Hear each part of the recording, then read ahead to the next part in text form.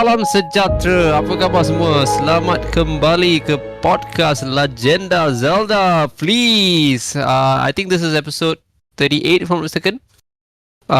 So kita berada dalam episode 38 dan seperti biasa saya host hala, Reez, penyokong tegar Legend of Zelda di Malaysia. Harap-harap kita akan jumpa banyak lagi minat Legend of Zelda di Malaysia dengan podcast ni. But of course, tak nak buang a lot of masa today. Just want to introduce our panel today. Kita ada Harry. Apa khabar Harry? How's it going? Hey, thanks for having me back. Of course, it's always always appreciate you joining our podcast session. Of course, talking about Zelda. I know Zelda is one of your favorite franchise as well, so that's why I think we can get a lot of good inputs from you. Macam I cakap, today we're not gonna do a long session. We're gonna just contain it less than an hour kind of thing, because of course this is the news of the week as well. We are gonna get a new Final Fantasy VII Rebirth launch today, so I don't know whether I can make it tonight or not. I'm gonna see the journey to from my place to the Impulse flagship store, about 20-25 minutes. So let's see how possible, because I'm so excited for Final Fantasy VII Rebirth. I know from the review kita boleh tengok the game is well received, but a bunch of critics they are questioning, not the questioning, they are minusing point from the story line for Final Fantasy VII, which I was very disappointed. I'm not happy about that, because I mean it's a game. Story, I mean story is just a bonus. This is my argument, of course. If it's good, then it can add an additional point. But if it's bad, it shouldn't minus any point, because in the end, the gameplay is the most important part of a game, right? Kan?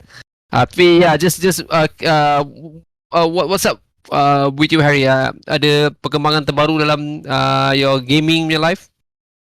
I am not getting FF7 Rebirth. Because I do not have a PS5. Who knows? Maybe later this year. Who knows? But I've been playing mostly, continuing, because I don't have much time to play stuff. Usually at night I'll just continue with Tomb Raider. I finished. I finished the first one, the base game already. I just realized that there's actually a DLC, so I started it last night. So yeah, just keep it going and we see how it goes. I still remember I need to finish Tears of the Kingdom, so the aim is to get that within this weekend, so that maybe the next round we can talk about it. Yeah. I think Tomb Raider is one of the classics. I would say I grew up with that game as well. I remember back then it was I think there was a cheat code. Ada satu cheat code ni yang you need to move this step, that step, and then jump, and then you get all the full ammo or whatever. And then it was. I mean, Tomb Raider. While I do think that at least those earlier games are having it's not what do you say does not do well nowadays lah, because the control is very. It doesn't. Tapi I still remember. You need to be in a certain. It needs to be in a certain mindset, or should I say a certain age, in order for you to appreciate it, which I do. Yeah.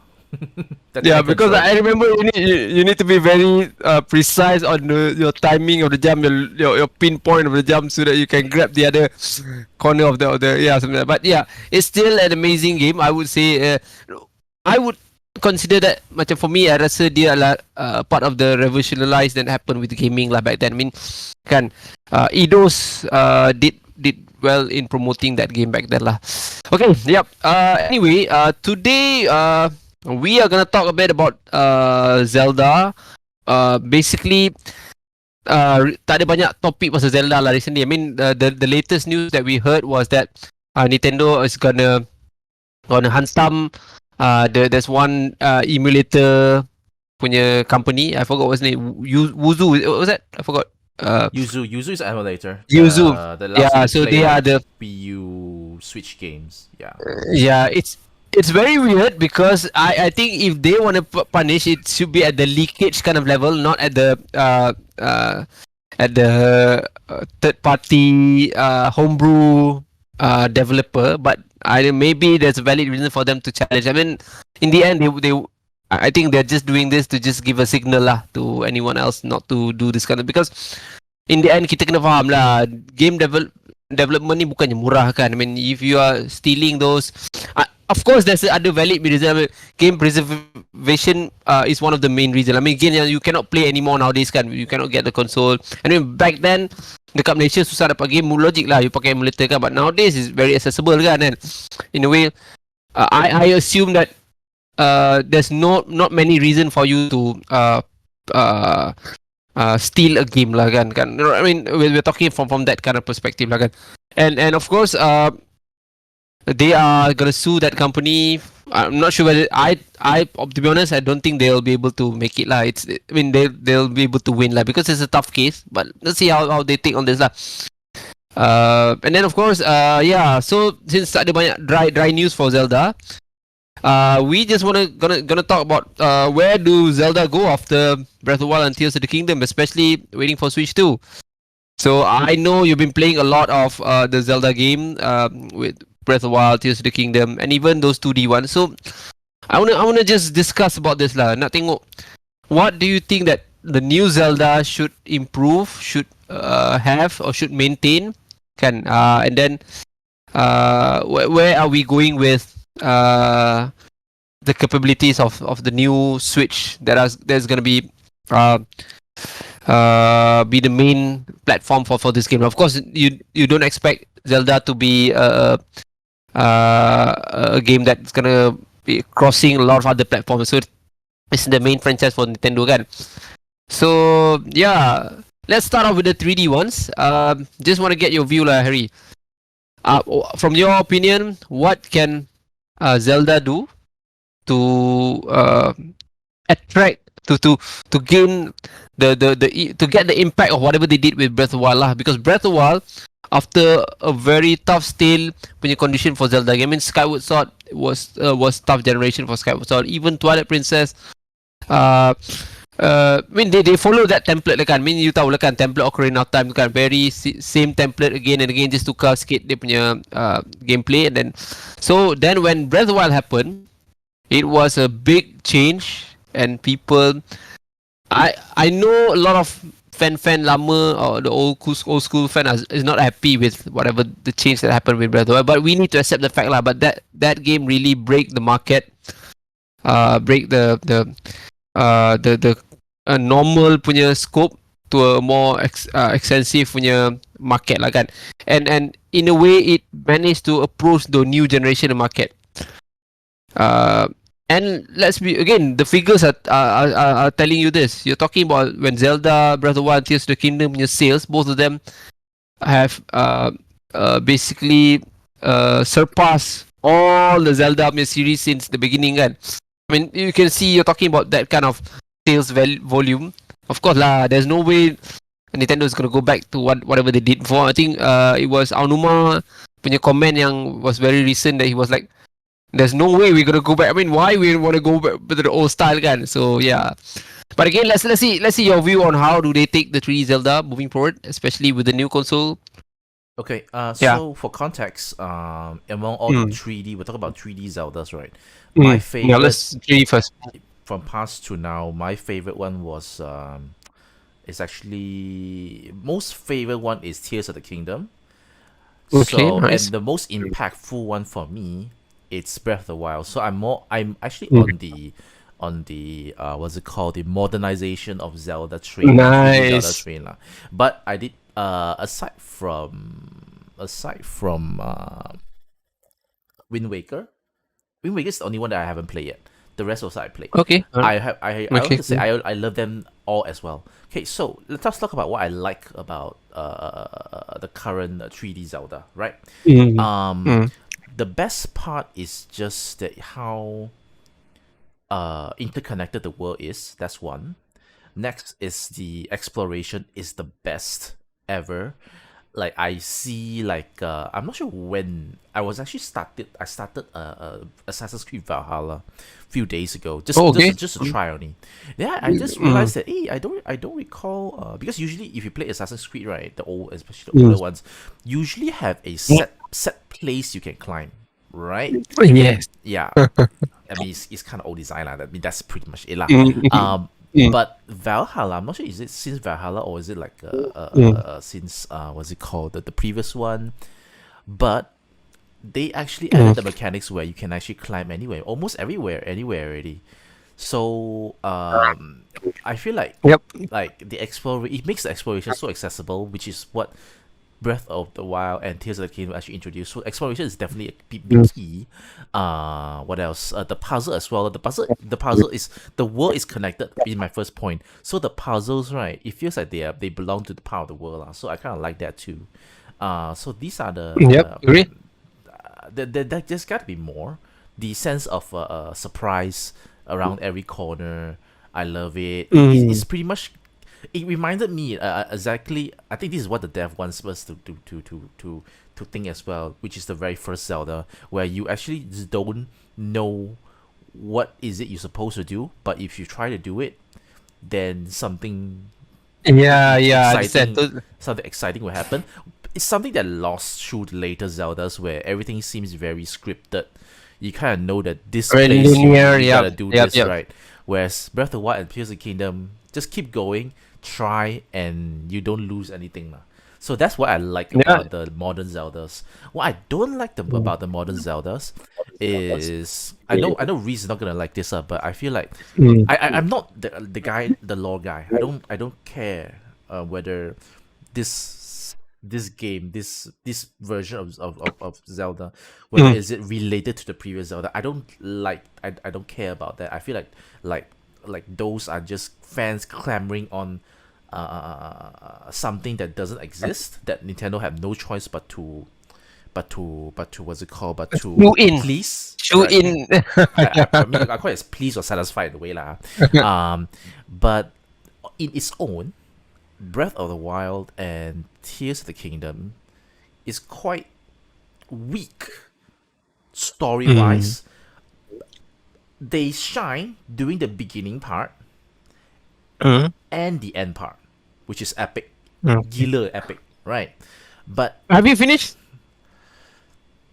I know that there's this expectation Okay. I have for Tears of the Kingdom. I know something's gonna happen, but I heard that my there's God. more. I heard there's more, so I'm ready Okay, for that. sure, lah. alright. But I know that this is gonna be epic Alright. already. One. So what I'm saying is that the modern Zelda, beginning and the end, fantastic story lah. But in the middle, usually is very. You have to make up your own story lah. In a way, you have to make up your own excitement lah, right? Unless you go to of course. dungeons. Yeah. I agree, Eddie, but I think that comes with the context of it. It is an open world, and they give you that freedom, right? Yeah. But I initially I was like, why Harry macam nak cakap, I will disagree, because to be honest, I don't care about the storyline. Like I'm very old school, where I am a person who my main reason to play the game is to play to enjoy the gameplay. Of course, story would be a bonus. Kalau ada good story, I'm gonna love it. But if they can't deliver a good story, I don't mind as well, because I know that's not their kepakaran. I mean, at least not at this level. Even games like God of War, yang Last of Us, yang a lot of people put a lot of credit on their story, and I have to be honest, I played those games. I don't find I find those story are at best mediocre lah. I mean, because they just want to commit to a certain requirement of that game, so they try to deliver those kind of things. Personally, for me lah, I do agree there are some games that are top notch in terms of the storyline. Just an example, Final Fantasy Tactics. What was that? The War of Lion Wars, man. So that story was amazing. But if I want to mark that game, just to give you a nice perspective, I will mark it a 10 out of 10 just for the whole game. And if I want to include a storyline value into it, it will be like 11 out of 10.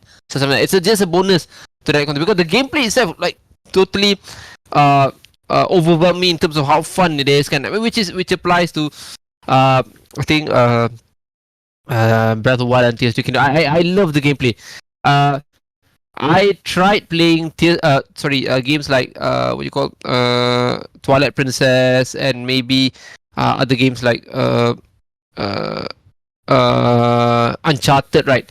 I mean, those games, while they try to put a bit more focus on the story, but I don't know, it doesn't give me that oomph, especially when it was very linear, that you need to follow that very straight line method to just. I mean, Uncharted is a very good example of how linear story can be, right? You need to just hit the note so that it will continue the gameplay punya kan, so something like that. So I think personally for me, I don't mind about the story, but yeah, you can go continue on your point on that. So Yeah, I mean, I guess the reason why I say you won't agree with me is mainly just on the story part, because when it comes to an open world game, right, yes. where things are not linear, I feel like story in a way is quite important, because it breaks away the repetitiveness. It breaks away the mundane, the boredom, and it gives you an objective to keep going. Like example, right? There was a time where I keep playing Tears of the Kingdom. I finished up the dungeon already. There's a time like between. The only thing I need to do actually left is just, if I don't want to collect all the Korok seed, if I don't want to visit all the shrine, right? It's pretty much just go to the end already. But okay. I feel like I'm just get very bored during that time, because nothing's happening. The world is Okay, open. understand. Yeah, I can find stuff, small little trinkets of stuff, but I feel very boring because there's nothing motivate me to go further. Pushing you. Pushing Yep. me. Whereas right now, my mind right now when I play that game is, I wanted to get to the end already. I want to just maybe grab some supplies and stuff like that just to be prepared. I'm gonna go there already. That's what gonna push me further. Games like Twilight Princess, Understand. games like Uncharted, what you mentioned, right? I won't get bored with that, because like I said, you hit the note. Things are happening. Things are happening. Whether you like it or not, things are happening. Whereas open world, if you don't nothing's happening. You can stay there for 100,000 hours and nothing's gonna happen. So Understand. Yeah, but, yeah. but still, I mean, yeah. What else is I don't really like? Okay, I don't know whether is this controversial lah, but I feel like the combat of Breath of the Wild and the Tears of the Kingdom it's very shallow combat. I'm talking about Agree. you pretty much just press a Agree. button and then that's it. I written down Correct. here already what I love about Twilight Princess. I'm not sure about others, right? Twilight Princess has this sword skills, like you do a certain things, Yep. you will do that. Mm. I written here. I kind of want that to happen though. I would like them to explore more, to flesh out the combat so that it's not just press a button and it hits. Yes, it gets the job done lah. I mean, like, but kind of want a bit more combo in my Zelda game lah. Understand. On top of So the yeah, things that you already do better lah. Yeah, I do agree that the combat are pretty shallow. Maybe shallow is not the right word, because if you are able to utilize all your tools kind of stuff, you can make it pretty complex. Yeah. But you then do, again, you do. but then again, I do understand your point. Maybe Slings can get some additional kind of skills, some addition that on his soft skills lah, something like that. I mean, I do agree on that context. Okay. Just wanna throw the ball here, right? Do you want the next Zelda game, 3D Zelda game, to be as big or even bigger than what we got from Tears of the Kingdom and Breath of the Wild? Because let's be honest, Breath of the Wild was huge, and then Tears of the Kingdom multiplied by 3 kind of stuff. Of course, I'll be honest. There was a point of time when I was playing Tears of the Kingdom. I got a bit. What do you call that? Terlalu how to say? I forgot what was that term. There's another word. Like macam a bit fatigue lah, kan? Because the world is so big, kan? And then with that kind of idea, do you think that you need a bigger world next round, or maybe just maintain it as a big as, or maybe some critical views are popping here saying that maybe the next Zelda could be a smaller kind of scope? Yeah, what do you think about that? I'm all for clever use of space. So I feel like the world in, I think Breath of the Wild is okay. I think Tears of the Kingdom, the main problem is that they underutilize the depths, and they also underutilize the sky. Sky, okay, The okay. sky was kind of a sort of marketed to have to be a big deal, but I mean, it is still a big deal. It is still a big deal. It's just that the place is much. You expect a bit more. Yeah, I was expecting more actually, more places to because you know, like every single island you go, Sky Island you go, like there's always this place where you can just grab a bottle, letter in the bottle to go and explore. Right, I would like more of that actually. The biggest problem I have is actually the depths lah. The depths is really, it's really like you do it just because you can. What's about boleh only, you know, like there's more stuff you can do lah. Downstairs is the environment is so immersive, but it's just that the immersion immediately break because there's just not much to do. So Understand. yeah. So yeah, so do you expect to see the next Zelda, 3D Zelda, to have a more smaller world? I think they did this with Majora's Mask.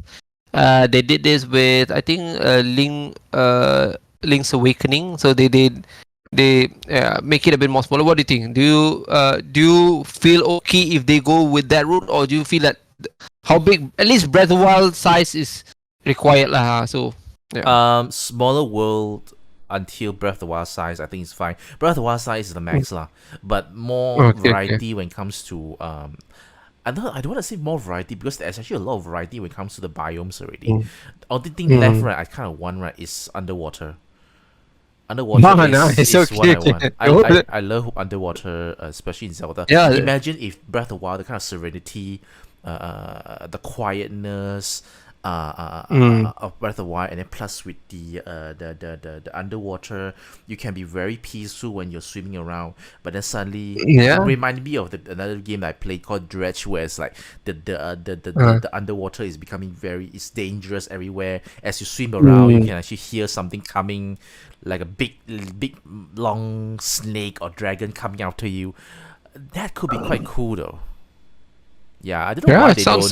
I don't know why they don't explore the underwater. I think that if you I think try to understand the game at a development kind of structure, right? You do feel there could be, well, they did consider something related to water kind of path for that game, but maybe just they didn't manage to fully utilize that. I mean, you can see that there are some treasure, and I mean, if you go through those glitch punya video kan, you can see that there are some treasures under the water that there's no way you can get it unless you do those glitch move lah kan. I mean, in a way, I think there were some point where they considered to add those lah in the game, but yeah, you're right. Maybe in that kind of context, kalau ada air punya world, mungkin akan jadi, of course, you're gonna have a lot of noise with the swimming punya control, because that's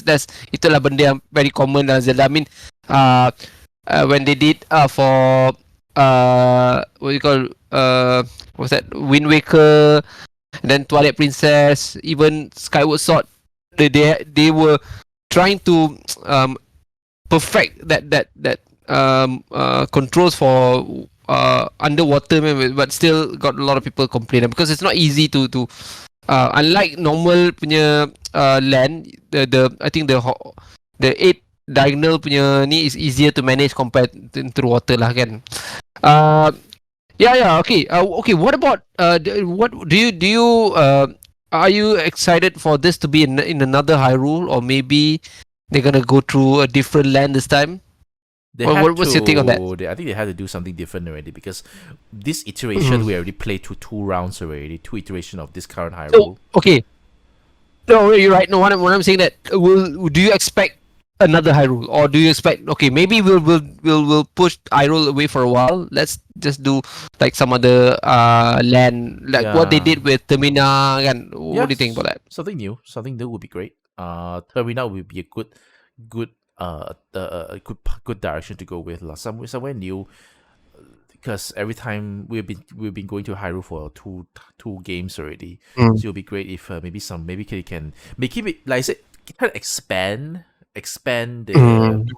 the region, the land a bit, so that, I mean, I don't know whether this is what you call expand the lore. Let's not go that path, but to show that there's more place in this Zelda world rather than just Hyrule. Like Elder Scrolls, we have Skyrim, we have Morrowind, we have well, so many they places did, they did, yeah, they did that with some previous Zelda game. I mean, you're talking about Like Link's Tamina, Awakening. Kohilin Island. Yeah, Link's Kan, Awakening. it's different island, but yeah, maybe for them to see. I mean, I'm gonna be happy if it's gonna be Hyrule, but if they don't do Hyrule, I'm gonna be okay with it, as long as you mentioned, it meets up with the feeling of the new way of how Zelda works, like this kind. Yep. Which I want to talk about a bit more. Okay, one of the biggest, I think, criticism about both Breath of the Wild and Tears of the Kingdom. Well, Tears of the Kingdom tried to improve that a bit. When we're talking about those dungeons, right?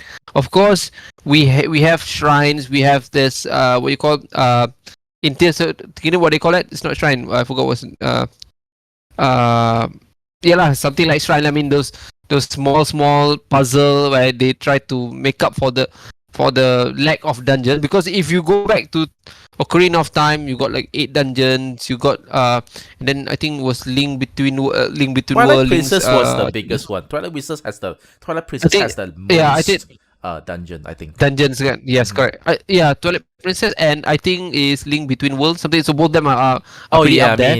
So yeah, but so okay. Do you expect to see that again, or do you think that they're gonna still maintain with whatever they did with the latest two Zelda? Because this is the biggest criticism that, I mean, if there is any criticism about those two games, is that they're lacking of that so-called dungeon. Of course, again going back to the idea that Tears of the Kingdom did try to improve that to some extent, but then again maybe it's not full-fledged. So what do you think about that? After 2 games in Breath of the Wild, Tears of the Kingdom, I do not want shrines to come back. Okay. I mean, okay lah. Let's just put it this way lah. I would say that they exist still. They still have a lot of value existing, but they cannot be replacing the dungeons.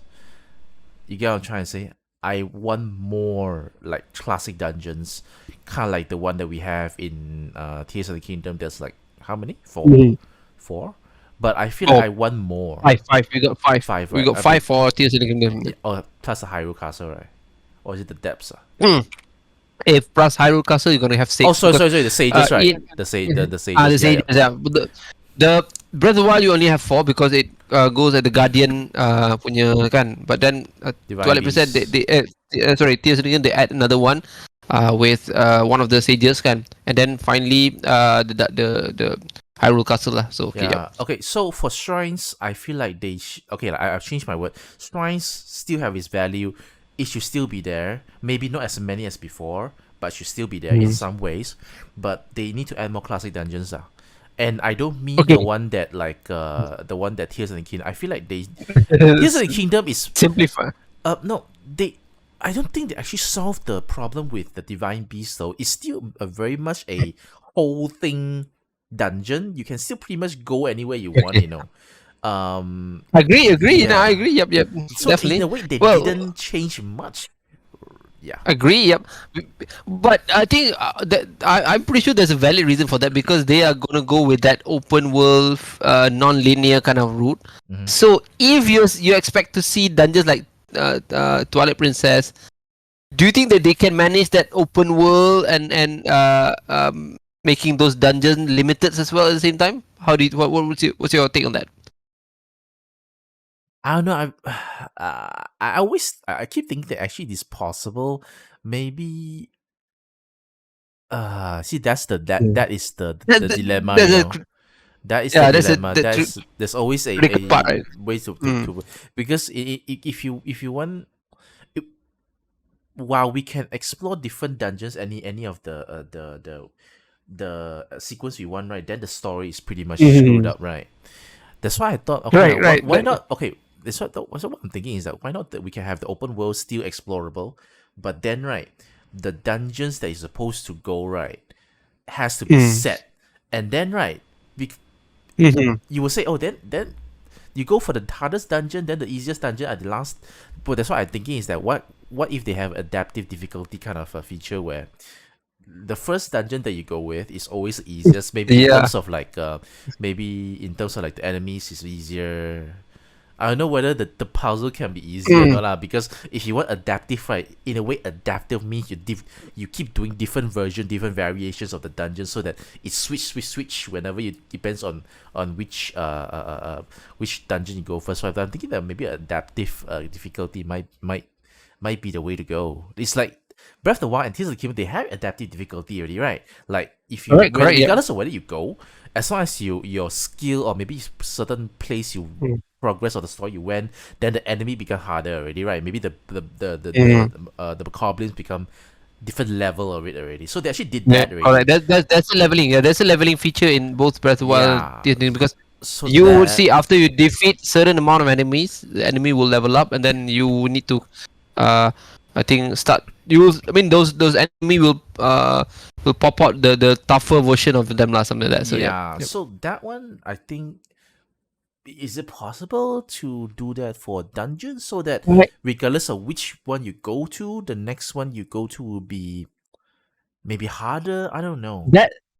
I think that was the issue with Link Between World, because they give you this freedom, kan, they bagi you kebebasan nak go through it dungeon, but then the issue is that the difficulty level is they cannot manage, because even some of the the dungeon, they will be like very static lah, the difficulty, kan, it's very because in the static. end so but I actually think there is a way to manage that. I mean, there's a way for them to make it a bit more complex. Not like what they did with Tears of the Kingdom, Breath of the Wild, where you just need to unlock the key or whatever. Again, I think if they put a bit more effort into that, I'm sure they'll find a way on how to manage that. But that would maybe tighten up a bit or the freedom lah. Maybe you'll be required to do something before you're able to process a certain dungeon lah. But I don't know. It's a tough kind of situation. Which goes to my next point of conversation is that, do you want them to go back to the dungeon tools like what they did before? That's a valid question, kan? That's actually Tears very of the Kingdom. Tears of the Kingdom, Breath of the Wild, they did this, like, you get all your tools, the beginning part of the game, go explore, right? So what do you think about that? Do you because I remember when the day bila kita buka that treasure chest, and then suddenly you find a hook shot, you find you gonna get very excited, and okay, I remember there's a place that you need to go back, and then something like that. So which we don't see that in the new Zelda anymore. But of course, to some extent ada lah, tapi in a way the freedom is all there with you since the beginning lah. So Chana, what do you think? Do you want them to go with that route again? Correct me if I'm wrong. I think like Zelda has tried three different formats of items. Okay. One, we have the most recent one was Breath of the Wild, right? Tears of the Kingdom, where they gave you everything pretty much in the first 3 or 4, I think 4 shrines, right? So that's that. That's version number 1. Version number 2 was a classic one. You go to different dungeons. You go at first. There are certain places you can access. As you go further on, you get up a very special chest that you get item for the map. Then that's pretty much it. And then the third one, which is pretty interesting, which is the game that I love, which is Link Between Worlds, where you can actually rent the items that you want. Which was amazing. Yeah, I agree. I like fantastic. If you ask me, I feel like I prefer Link Between Worlds more, where there's actually a risk factor to the item that you are supposed to bring along to different before you tackle different ones. Because let's be honest, the old classic dungeon way of item cannot work anymore, because it unless they find a way to blend it with the overworld. It's freedom. Yeah, the freedom. Yeah, exactly. Happen, because the best example is Twilight Princess. You get the item, but then nothing much you can use one. Correct. Yeah. And you feel like it's a bit more spoiled for choices when it comes to Breath of the Wild. Then I find that the middle ground would be Link Between Worlds. I kind of like Link Between Worlds one though. I agree. I think I think that is one of the way, because they bagi you that kebebasan untuk pilih what item, so that you can explore what dungeon you want to explore, kan. So in a way, the freedom is there. It's just that you need to pick which one that can commit to your your intention. Like I agree. I think that's one of the things that they can apply lah. Yeah, I think basically we've covered the main criteria for the next 3D Zelda game. Like I mean, maybe some of it would go back to the 2D Zelda, but then one question I wanna check out with you, London. Do you expect the next Zelda game, the 3D Zelda game, to have those? What kind of visual do you want to see? Do you want to see them to be like a more realistic visual, or do you want them to still maintain that typical Nintendo style, always changing that testing the feeling of how the game kind of, I mean, Twilight Princess, we have that dark brownish world, and then Wind Waker you have that very childish one, very cute one, and then you have Skyward Sword, the painting one. Kan, what do you want to see in the next Zelda game punya visual? I don't think this is gonna happen lah, but I fell in love with Ni no Kuni. I am a big fan of the Studio Ghibli films. Yes. Okay, so there has been people say that Breath of the Wild and Tears of the Kingdom, Breath of the Wild, where they say, this kind of feels like a Studio Ghibli kind of style, right? But I feel like they put it's Studio Ghibli style but 3D lah. I kind of want they do the Studio Ghibli, like really Studio Ghibli art style for the next Zelda, where they focus more on the art style, the hand drawing, that kind of feel. I feel like people would like it though. And plus, usually this kind of style, right, is always very timeless. It's always very timeless. You would say that Breath of the Wild, Tears of the Kingdom very timeless already. I feel like Studio Ghibli art style, right, is going to be even more timeless. You play 20, 30 years, 50 years later, it'll still be fun. Agree. So you don't want to see a Zelda game where they go with the like those Skyrim, those Fallout kind of. No, because never. I always believe that you never chase after realistic graphics, because technology keep improving. Technology will keep making things feel real. Skyrim right now, you feel. Do you think it looks great? It doesn't, right? It doesn't, right? Same thing with Twilight Princess. Twilight Princess has that issue, you know. Twilight Princess has that issue where it doesn't look great anymore. Whereas compared to Wind Waker, compared to Wind Waker was amazing. Cap, Minish Cap. Link Between, Link to the Past. So those will remain what's it called? Timeless for quite some time. But whereas if you chase after realistic graphic, right, the Call of Duty of today, in let's just go with 5 years time. We will look old already, one. So why not be stylized? That's why I always prefer Nintendo way of doing graphics, not visual. Not just chase like a realistic path. Understand? Agree? Yeah. Okay, I'm gonna. I think from your point just now, I'm gonna just use that for our next topic. In a way, let's talk about 2D Zelda. I mean, you mentioned about Link to the Past. Let's talk about 2D Zelda. Is there a future for a 2D Zelda aside from those remakes that they're gonna do? Do you expect to see? Do you expect to see? I know we're gonna see those 2D Zelda, but it feels that they at best what they can do is just remake whatever they had before. So what do you think? Do you see a future for 2D Zelda? Definitely will. But these top-down 2D Zeldas, right, would not be the main series, long. It will just be like a. Of course, as usual. Yeah. I mean, there's only so much they can in remake. between. There's only so much they can remake. So any of the new ones is just more like a spin-off, kind. If you ask me what kind of next 2D top-down Zelda I want, right, I want them to go back to the Minish Cap, that kind of cartoonish, bright vibrant kind of pixel graphics. What I want is it to be what's it called, more detailed in terms of pixel graphics, because currently we have a lot of indie devs doing fantastic looking pixel graphics kind of game already. So I want that for Zelda, for a 2D Zelda, and maybe improve on the animation a bit more. That's about it. That's all. That's pretty much I want for 2D Zelda. Yeah. I think it's gonna be a bit challenging for them because 2D games have been very stale for this while. I mean, I know they I mean, Tunic recently came out. What was it, like a year ago? They did pretty well.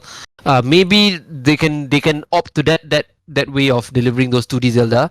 But as you mentioned, I feel that so far we have yet to see any new 2D Zelda since A Link Between World, which was way back in 2015, right? That almost 10 years, right? So since then they've been remaking the game. I heard Oracle series supposed to have 3. Maybe they can pass this to Capcom again to deliver another 2D Zelda, but I think it's gonna be very tough. I mean, aside from the remakes, a new 2D Zelda will be I don't see a lot of hope in getting new games for the new 2D Zelda lah, something like that. Not to say that they don't have the market. I think the market is pretty strong, but then again, I mean those 2D Zelda game. I mean they tried. Kalau you ingat Harry, kita ada what you call Legend of Zelda. Oh my god, forgot Spirit Track, and then we got I think the Wind Waker sequel was that Legend of Zelda Phantom Hourglass kan. Yep. They tried to mix it up, but then it didn't do well, especially when they apply that touch screen apa semua kan. Okay, and then it feels that it's gonna be very challenging for them unless they can have a very creative idea on how to deliver a 2D Zelda. So it's gonna be tough for me, at least from my perspective lah. Or maybe they can pass to some other developer to do it on behalf of them lah, kan, so that they can focus on the 3D ones lah. Yeah, I have the same idea where they pass it to 3D ones. The problem with Nintendo doing spin-off when it comes to their popular IPs, Main right? IP. Is because it's very hard for them to, even if the game is very good, right? Sometimes people will make comparisons, especially like with other games of similar genre. I give you a good example. There was not say controversy lah, but there was a hot topic when it comes to when Metroid Dread came out. They say that Metroid Dread is full price, all right, full price $60 US dollars, but then it's a Metroidvania, and then people compare it to what? Hollow Knight. Hollow Knight is not 60. Hollow Knight, yeah. Hollow Knight is 50, 40, something like that. Then say that with 40, maybe half a price, with then Metroid Dread, we can get this quality already. So why am I paying full price for regardless of whether the game is good or not? So I think Nintendo, when it comes to Zelda, we have the issue. How are they going to charge full price for the game? Because they are going to try to charge you full price for the game when it comes to the popular IP. So a way I feel, I'm not sure whether is it doable, is just give indie devs to try out. They already try out with Decades of Hyrule already. The price is pretty cheap, not expensive, maybe $30-$40. So why not give the indie devs the chance? Maybe give the one that like show promise of making like super awesome pixel graphics or whatever it is. Let them do a version of Zelda, then you can charge maybe lesser. I feel like that could be a way. Yeah, but the main team, right? Unless the game itself is like really full of content, else it's very difficult. Correct. I think you're right. In a way, I think that will be the context of it lah. Yes, I guess we basically covered all of the topics here for the session. Any last wish for when the new 3 Zelda is coming out? What do you think? So do you think that when they go with the delay of Switch launch, you can expect one of the launch titles is gonna be Zelda game, maybe a remake of Ocarina of Time thing? I bet the shareholders for Nintendo is really, if give them a chance to talk to the devs, they will like make another 3D Zelda just to go with so that they can replicate. But in realistically speaking, we just Tears of the Kingdom just came out. So if the Switch 2 is rumored to be out in March 2025, that means maybe the Zelda team had 2 years. 2 years? I would say 3 years lah. I would say 3 years because I mean, in when it comes to like big, like the big fully fledged mainline Zelda game, I don't think it's possible lah. I don't think it's possible. But maybe it's gonna happen. Maybe 1 or 2 or 3 years. Within the 3 years of the Switch 2. So All I right. won't be surprised. I mean, like I usually when it comes to Nintendo, let them do their work. They are the master of their craft. We don't have to like keep bugging them like other franchise. They know I agree. they know their shit one. They hardly miss. I think they hardly Mm. miss. So Yeah, I do agree. I think yeah, I do agree. I think if there's anything that gonna be a concern is that they need to make sure that whatever launch title for the new Switch will be a strong as per what they did with 2017 Switch launch lah. Anyway, I think that's thank you very much, Harry, for your input. Love all your opinions. I think in a way we are getting this daripada perspective of Zelda fan. I mean, you have been familiar with Zelda so long, and so you know a bit of your input may be something that Nintendo can consider. Of course, hopefully Nintendo dengar kita podcast ni, kan? And then yeah. So yeah, thank you very much, Harry. Appreciate for you to be able to join the session. With that, I'm gonna check out. I'm Reese. Check out with you guys at the next session. Bye bye. Please. I okay. I stop.